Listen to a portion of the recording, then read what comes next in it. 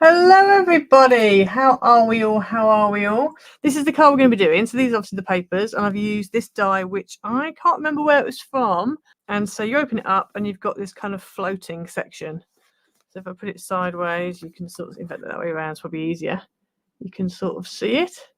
So that's so it's kind of like the suspended book fold that I did, but I've done it slightly differently. So I've done it so that it actually it's more into the back. Like it will float forwards, but it's a bit more snug into the card.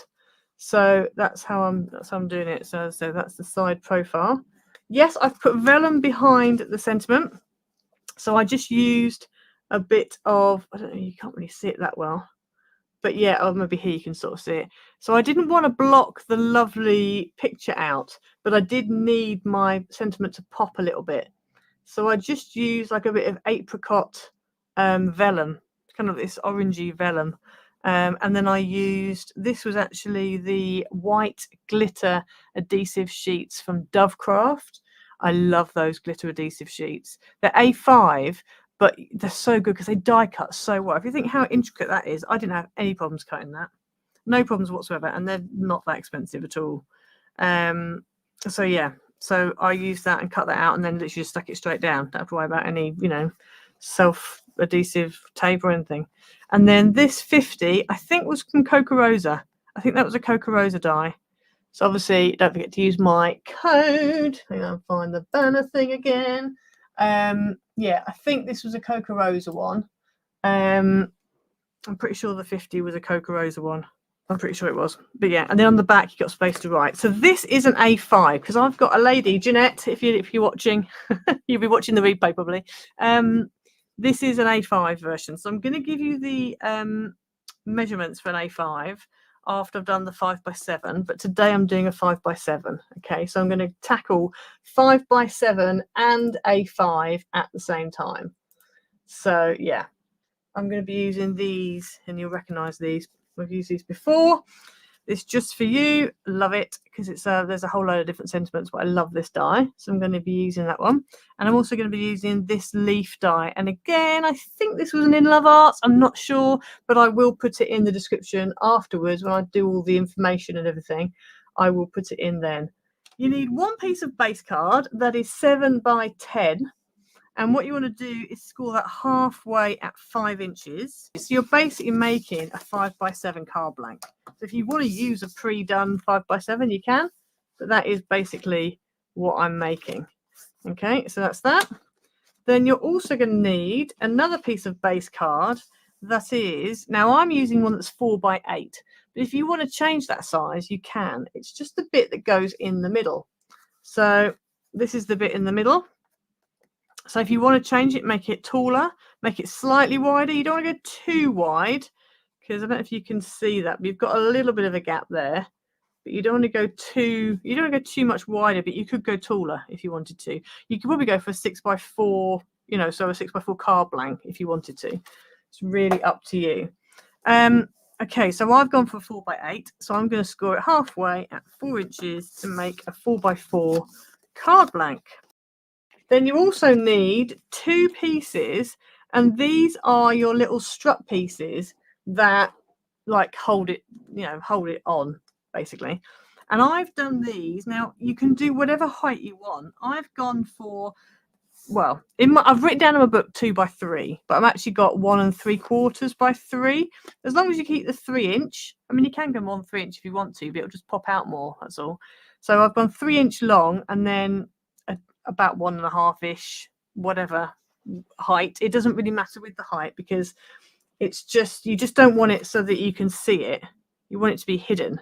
So if you can, I don't know if you can really see that. You can't really see it, but yeah, there you go. So you want the height. You see the height there, but this way round, as long as it's not higher than the actual card, the inside card, it doesn't really matter.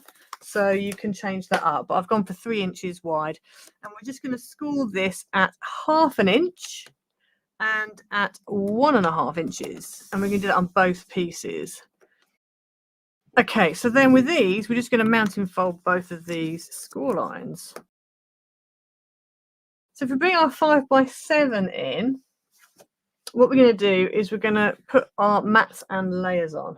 I have got one piece for the front, got 2 pieces for the inside, and a mat for the back. Now my mat is white, so because my mat is white, I'm not going to bother with a white piece on top of that. But if you've got a different coloured mat, then you'll need a white that's the same size as your patterns. So in total, you're going to need 4 pieces of mat that are 4 3/4 by 6 3/4, and then you're going to need 3 pieces of pattern that are 4.5 by 6.5, and then 1 piece of white that's 4.5 by 6.5. Or if your mat's already white, then just leave it. You can, you can do what you want with it. You could mat and layer it up if you wanted to, but I haven't bothered. And then I'm just going to go ahead and stick these on. So on the front, these 2 on the inside like that, and this one is going to go on the back like that. So then we've got the middle bit. So the middle bit, you only want to decorate these 2 bits. You don't need the outside pieces. So on this, you're going to need 2 pieces of mat that are, it's that way around. Oof. 2 pieces of mat that are 3 3/4 by 3 3/4, and 2 pieces of pattern that are 3.5 by 3.5. So they're going to go on there like that. Right, okay, so there we go. So now we need to stick down the hingy pieces. So what we're going to do, just move that off to one side. So on these, on your little 1/2 inch sections, you want to put some red tape. You can use wet glue if you want, but I'm going to use wet tape. And then red tape, because it's so wet outside. I'm used to saying the wrong thing. I'm going to use red tape. And then what I'm going to do is I'm going to use wet glue on the largest section that we're going to stick down. I just find it's a little bit easier to do it that way. Now, before we do this, let's just do some measurements. Now, you don't have to measure if you don't want to, but this is just how I've done it to make sure that I know it's going to stick in the right place. So I've just gone down the center and marked halfway at 3.5 inches. And then, and you're not going to see any of this, it's going to be behind everything. And then what I'm going to do is I'm just going to come out 1 inch either side. So I'm going to come 1 inch from the center, make a little mark, 1 inch from the center, make a little mark. Now you're not going to see those because you're going to be covering up with hinges. You don't have to do the marking, but I just find it easier because I know these measurements work with these marks. So then we're going to take the backing off of the tab. Take the backing off there. Ooh. I'm going to fold this in half, and then I'm just going to line that edge, the cut edge, up. Obviously, tab's now facing down. Going to line the cut edge up with that mark and make sure that it's straight. So we just, obviously having this pattern helps. So it needs to be, that mark needs to be halfway across the tab, and then this, this needs to be parallel with the fold line. So I'm going to stick that down, so you basically end up with that. So this is why I use red tape, because I want it to be stuck straight away. I don't want any kind of moving around. And then we're going to do the same with the other side as well. So I'm going to just turn this way so I can sort of line it up a bit better. So that's like that. I want it to be in line with the one on the other side. So basically like that. So I want these lines to be kind of in line with each other. This needs to be parallel, which I think it is. Yep, I think that's about right. Okay, so you've got 2 little arms. So it's very similar to the book fold that I did previously. Right, okay, so now what we're going to do is on this bit here, we're going to use some wet glue. And I'm just going to wet glue that tab. And then what you want to do is take your little card, make sure it's the right way up, fold it shut, and you're going to stick it down. So it's about like, well, you can do it wherever you want really, but I'm doing it about there. So I don't want it too far off this way. You could do it right in there if you wanted to, but I find if you do it sort of roughly where I'm doing it now, then it just means it pops up about right. So it's about, for those of you like measurements, it's about 3/8 from the center line and about 5/8 from the outside line. That's what mine is at the moment. Okay, so that is on there. And then I'm going to put some glue onto this tab here. We'll do one here, like that. And then what I'm going to do is kind of fold that flat and shut the whole card together, like that. And then I know it folds flat. This is why I do it this way. Like that. And then open it up. If you're using wet glue, just make sure you've got any strings sticking it together. And then when you open it up, it should kind of pop up. And if you've done it right, it should be center. Now, one thing I've realized is I've made this, it's too low.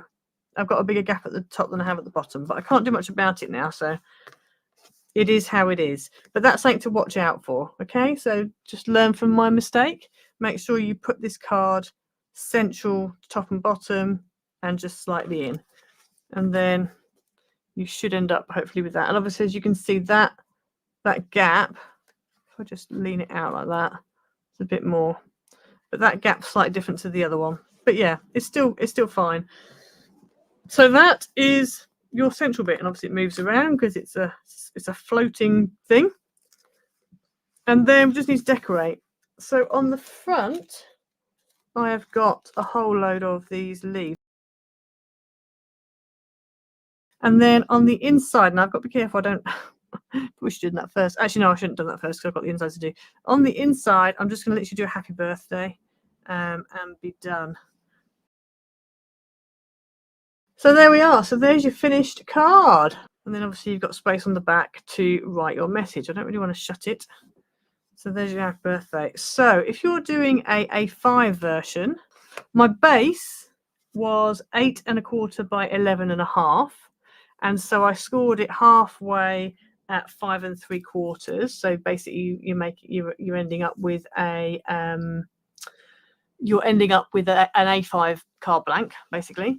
And then your mats and layers. So you need 4 pieces of mat that are 5 1/2 by 8, and then 3 pieces of pattern that are 5 1/4 by 7 3/4, and 1 piece of white for the back that's 5 1/4 by 7 3/4.